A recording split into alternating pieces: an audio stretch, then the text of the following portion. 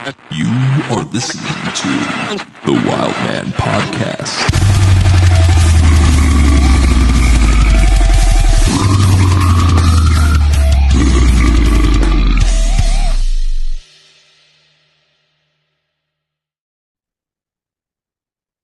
All right, everybody. Thank you for choosing the Wild Man Podcast. Today, I am with Rich from Float Face Down.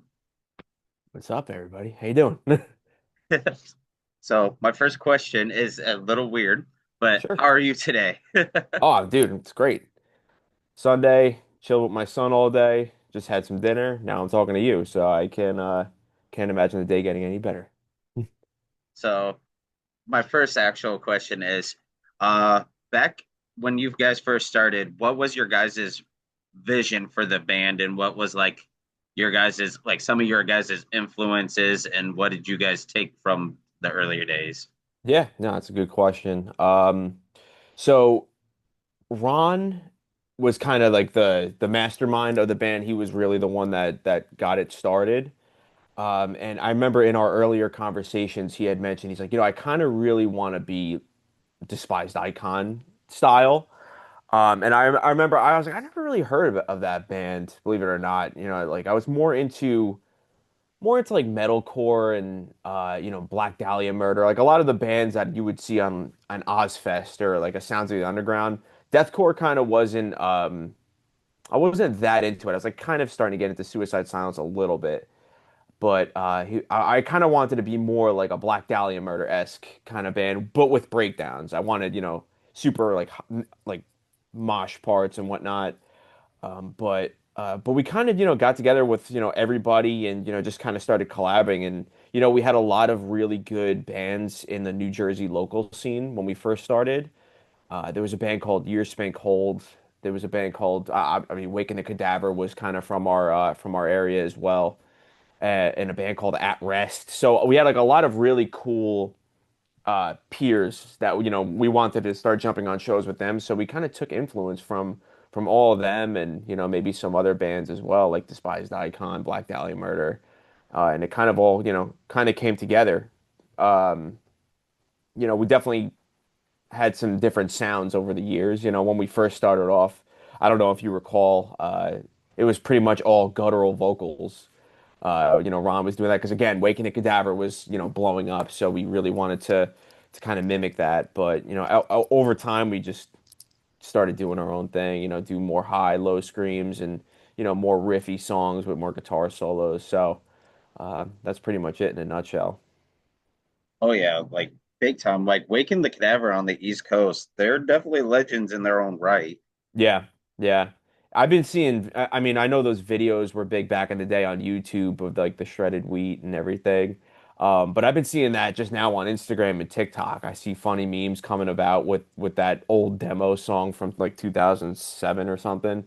Um, just wild, just wild. Oh yeah. Like Don's a really good friend. I love Don to death. Like I consider him like a big brother. Hmm.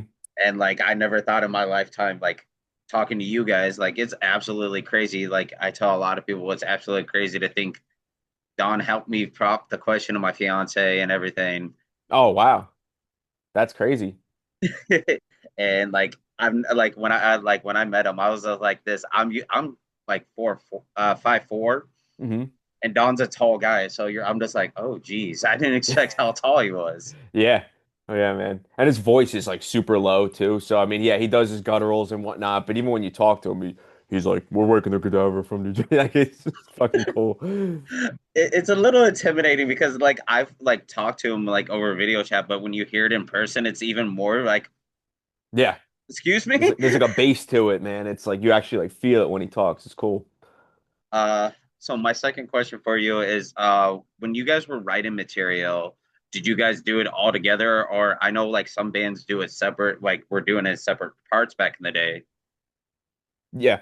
Yeah, no, that's a good question. So we never, I don't think we ever were in a scenario where one of the members would bring like a whole song already written or even like half a song already written to practice. We would always write together, in a room with all of us. This was back in, we started in 2006 and even, up until we disbanded 2013, 2014. I mean, none of us had like DAWs and like cool studio setups that like every like musician has nowadays. I don't know how, but we just had our instruments for the most part. Sometimes we had members that didn't even have their instruments.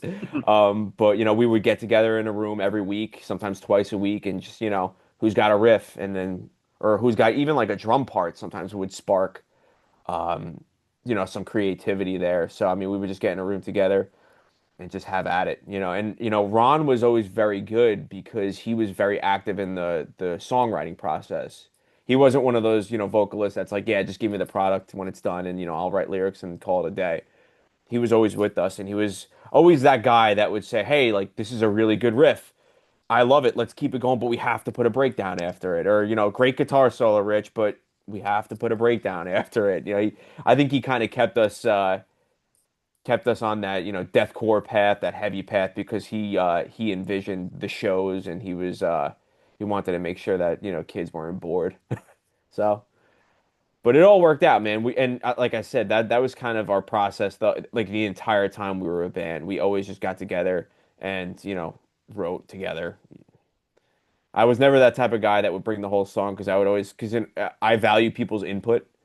And I don't want people also to be like, nah, like this sucks or whatever. I'd be like, all right, I'm in a bad mood now and I'm gonna go home. So I like it when we're all together, all on the same page, and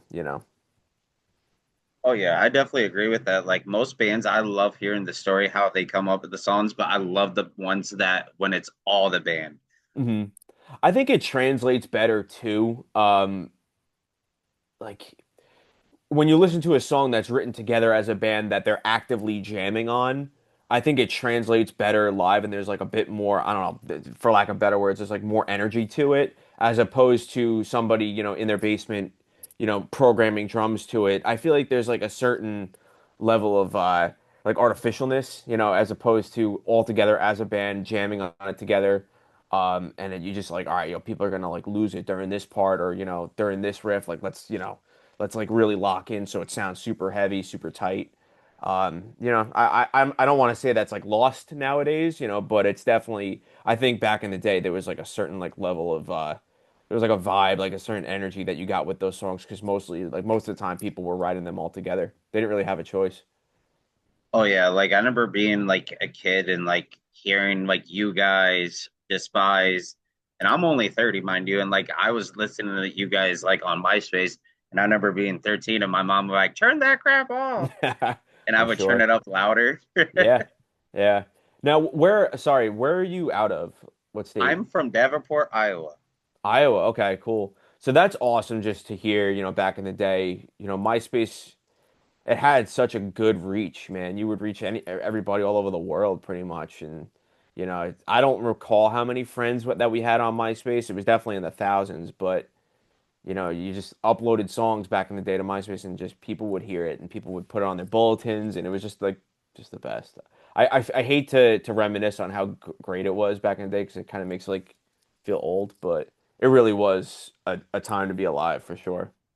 Oh yeah, like I tell a lot of people, like the one thing I hate, and I think this is just my opinion, Facebook, like the algorithm they do on Facebook now is nothing compared to MySpace. Yeah, absolutely. I mean, nowadays, if you're, a band and you release a song, like if you're not really, unless you have like a sick following and, people are going to your page all the time, if you're like just starting out, you have to just pay. You have to put money towards it. Otherwise, it'll just go boom, right to the bottom of the timeline. Oh So yeah. that happened to me with like my solo project that I think I released the songs about maybe like 2 years ago. Um, you realize how difficult it is to just like start from scratch. Back in the day, it was a little easier with MySpace. You had a group of friends, and they would, word of mouth marketing, if you will. Nowadays, it's just like you have to pay and get the word out and target the right audience and all this stuff. Oh yeah, I definitely understand that. Like I was like I tell a lot of people I don't like paying for like this like like you said you have to pay to get on top. Hmm And Yeah. I'm very DUI. I've been doing this all by myself. Like I had a co-host for the longest time, but that's a different topic. hmm But like I was doing everything by myself. I was doing all the marketing, all the stuff by myself. And I prefer it that way because I feel like I'm an older generation. Like I saw the MySpace era. Then I watched documentaries with like old school death metal ways, how they were doing tape trading and all that. Oh yeah. Yeah. And it's not that like I feel like it's harder now to get on top of like even with podcasts, you have to pay to get on top. Yeah.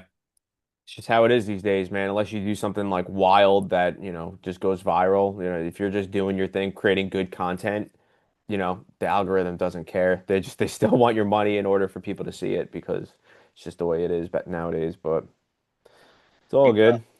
my next question is, do you have any favorite show memories when you back in the day? Uh, Like yes. anything that I sticked out? there was a lot of really good ones. I hate to say it, but like the last show that we did in June, was probably like one of the best shows I think I've ever had. Was just, great time, great to see so many old faces, so many old friends. And the stars definitely like aligned in order for that show to happen, and we raised a lot of money for a really good cause. So, just off the bat, obviously that's the first one that comes to mind. But the other day, I was actually talking to my old drummer George Bergen, who was in Float Face Down for a long time. He played on Exidium Verum and did like all of the touring with us because Float had a lot of different stages, but he was like our touring drummer and like our main songwriting guy. Um, we were on our first tour and we were in California, and it was our first time, obviously playing in California. And we had like 5 shows, and all 4 shows before this last one in San Diego were all sick. They were all really good. But George, he had some kind of something going on with his like tooth. I don't know if it was he needed like a root canal or something, some kind of infection. It was like pretty bad. Um, but the pain got so bad that when we got to the venue and we like loaded in and everything, he just kind of sat outside and uh I think he went to the doctor the day before and they gave him some pain meds. And I think he took a pain med. He probably smoked weed, and then he drank like I don't know, maybe like 10 beers, all before we were gonna play. And I remember like we weren't really like noticing him, but we knew that he was in agony, so I didn't want to like mess with him. But so he's doing his thing, and then all of a sudden it's like, oh, yo, Float, you're up next. Get in there and set up. So we're all like, all right, we're in a rush. We run in, set everything up. He's like literally like, oh, like, and he just ran in, set up his drums super quick on stage, wasn't even paying attention, like looking out into the crowd. And then he like finished setting up his drums and like looked out, and it was just actually like the whole room was filled with people. We weren't really expecting it to be, like, not that it matters, but we weren't expecting it to be that packed. There was, I don't know, 300-400 people just, packed in, and he was just like, oh shit. And he was feeling it. He was pretty buzzed. But we started playing, and I remember when we were playing, it felt weird at the time because I think he like would slow down a couple parts here and there, but it just felt super weird at the time. But then somebody posted a video on YouTube the next day, and we're all like, "Oh shit, how's this gonna sound? Like, is this gonna be a bad?" Because it felt weird on stage. But then we listened to the video, and it just sounded perfect. Everything was perfect. Like the timing was in line with the CD. And just he actually played perfect. There was no mistakes. Just like there was some things were slowed down, but it actually was more album speed. And we were like, all right, maybe you should do this more often. But he didn't. He was good. His two started to feel better, and the rest of the shows on the tour were really good. But yeah, we played Uh, one show, man. We played in like a garage, and I think it was in New Mexico. It had to be like 110 degrees in there. Just like I don't know, 70 kids packed into a garage at some person's house. We played right any show that we can get, any chance we could play, like we would do it. And sometimes you have to do that in order to get to the next state when you're on tour, first starting out. But that was a wild one too. Yeah. That's pretty much the only ones that are coming to mind. We did have some good ones in Iowa too. I remember our first circle pit was in Iowa. I don't remember where it was or what tour it was, but I remember we started. I think we played our that cover we did of Rain in Blood by Slayer, and like kids just started circle pitting. I was like, all right, I like this. This would never happen in like New York or New Jersey, at least for a deathcore show. But I was like, I can get used to that. That's cool. Oh yeah, like I will like I love where I've been born and raised. I'm very fortunate, don't get me wrong, but like when I tell people I'm from Iowa, they're like, "Oh, you're connected with Slipknot." Like, Ah, of course. yeah, no. Yeah, Those it's a guys big are way state. older than Yeah, me. it's a big state. There's other things about Iowa that's cool. I think the Field of Dreams is there. Are you connected to that? Believe probably not. But like I am from the home state if you watch wrestling like WWE. Yeah, I Seth used to. Rollins is from my home city. Okay, cool, cool. And like we went to the same high school. Oh, no way. So like it's crazy to think like I tell a lot of people I want to be like up there with him one day, be up there with the legends. Hmm. But I'm just like he works out, I just sit on my butt. Let's see Hey, what the difference does. never say never, man. Never say never. We'll talk in a year or so when your podcast is top tier up there with all the other ones, man. But never say never. Oh yeah, like I tell a lot of people, it's been a grind. Like my first year doing it, it was absolutely insane. I didn't know where it was gonna go. I Hmm. was like, I'm just doing this because I'm paying dedication to my father. That's where the wild man comes in the part. Cool. And Love that. I was just like this. I don't think I'm gonna go anywhere. I remember like flying out to Philadelphia for Metal Beer Fest, did an interview out there, and I was like, this is crazy. Can't Hmm. get any crazier than this. Then like I've been on the tour bus with Oceano. Oh, that's crazy. That's Got a awesome. call to talk to Paul from Cannibal Corpse. Hmm. So like sometimes I like it's crazy to think some of the things I've done Hmm. already. That's great. And by the end of this year, it'll be episode 100 should be coming out. Oh, that's sick, man. That's a good run. Good run. So my next Keep grinding. question uh, is how did the show with Kyle Medina, how did that come to be? So there was two shows that we played and Kyle did vocals. The first one was the we did a memorial show when Ron passed away. You know, it was just kind of a must, something that we had to do. All of our friends got together and raised money, and right after he passed, so we just, it was one of those things. But Float played, and we were just like, all right, we'll just have a bunch of friends. We knew a lot of vocalists, our buddy Charlie from Existence, a couple other guys, like our old bass player did vocals, and we had the set list pretty much planned out. But Kyle Medina reached out to Kyle Shope, our bass player, who's now in Body Snatcher, and was like, "Hey, I'm gonna fly up from Florida to see the show." He's like, "No pressure, but if you guys need like a vocalist like to do a song, let me know." And we were like, "Hell yeah, definitely." At the time, Body Snatcher was still pretty small. But I checked him out. I was like, "Dude, please, sounds good."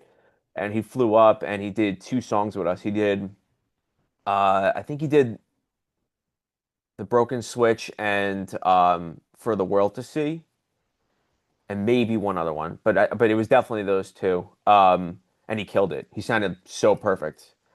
So we just kind of became really good friends, and Kyle Shope ended up joining Body Snatcher after that, not too long after that. So they've been touring together and doing their thing for some time, and then this um, last show in June came about, and we were like, all right, we'll do it. And immediately Kyle Medina was like, yeah, I'll do vocals again if you guys need.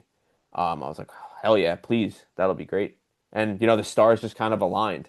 They weren't on tour at the time, and I think I know they did. They had a festival to play in Canada the next day, but they were like, yo, we'll just do the show. We'll fly up and then we'll leave early the next day and just go to Canada and play the festival. And that's what they did. I was like, I don't know how you're going to make that happen, but good on you. And I appreciate you both, for doing this.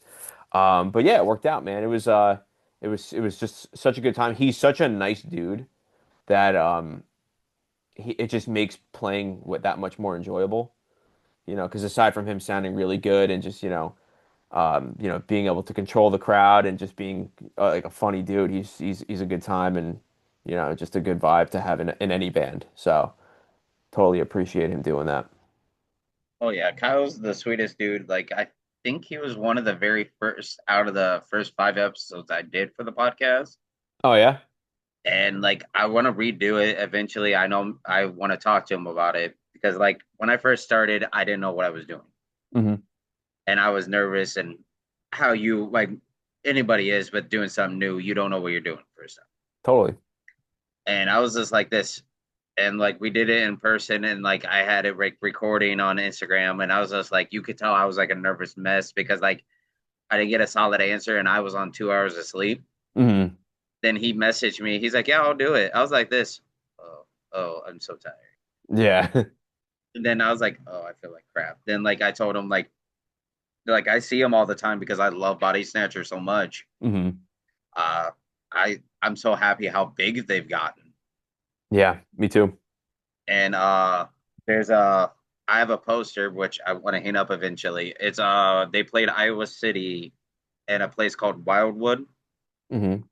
And it was they just got done the night before playing with Alpha Wolf, them and Vatican.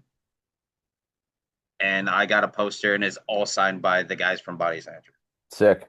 And I was like, that won't ever happen again unless you guys do VIP like for Body Snatcher. Yeah, yeah, they're at that level for sure. Yeah. So my next question is there any advice you could tell some of these like there's a lot of younger fans look coming up and finding you guys and a lot of like the MySpace bands. Any advice you could give them to keep going with pursuing music? Yeah, just me speaking from experience, try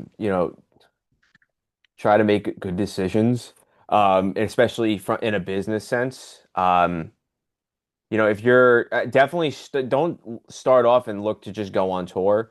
You definitely want to play live. I don't want to put a time on it, but like you definitely want to give it like a couple years just playing in your local area, or in your state, maybe and start to branch out a little bit into other states. And then, when you're ready to start hitting the road and if you want to, get signed, even I don't even know if you really have to do that anymore. But just try to make good decisions. There's a lot of sharks out there, if you will, that just, want your money or whatever. But, make sure you're if you're gonna, go that route, you know, find somebody that you trust and keep at it. It's when you start touring, it's like a different animal. I miss it terribly because it was so much fun, but it could be hard and it could be difficult for a lot of people. So, I mean, definitely just keep at it. I mean, we talk about a body snatcher, talk about like, Lorna Shore, they they've been a band for a long time. Like they're massive now, but they've been at it for so long and they dealt with a lot of bullshit, like member changes and all this stuff. And now look at them, because Adam and Austin like really just kept at it and follow their gut and everything with all their decisions and whatnot. So, um, you know, like I said, never say never. It could happen. So just keep on at it and try to have some fun. So my next question is there are you I don't know if you guys are working on new material or if you guys are going to play any more shows. Is there You any know, chances? you know, I uh I feel like ever since we broke up, I've always been saying, Flow Face Down will never play another show. There's no way Flow Face Down is going to get back together. I just never thought that we would have played a show in June of 2025. Like, just I would have been like, if you would have said that even a year ago, I'd be like, no, we're not doing that. There's no way. We're all at different stages of our lives. Shope is in a touring band. I have a kid, so I'm like, I was like, it just won't happen, and boom, it happened. So um, again, never say never. But I mean, like I said, the stars would have to align again in order for this to happen. So. I'm always working on music. I'm always, writing riffs and whatnot. So if anything comes about, great. We'll see what happens. But I don't know. We'll have to see. All right. I don't have any more questions for you, boss man. You sure? I got time, man. We're good. So I Cool. appreciate everything you did. I'm gonna stop recording real quick Okay. and we'll just have like a normal conversation. All right, no doubt. The Wild Man.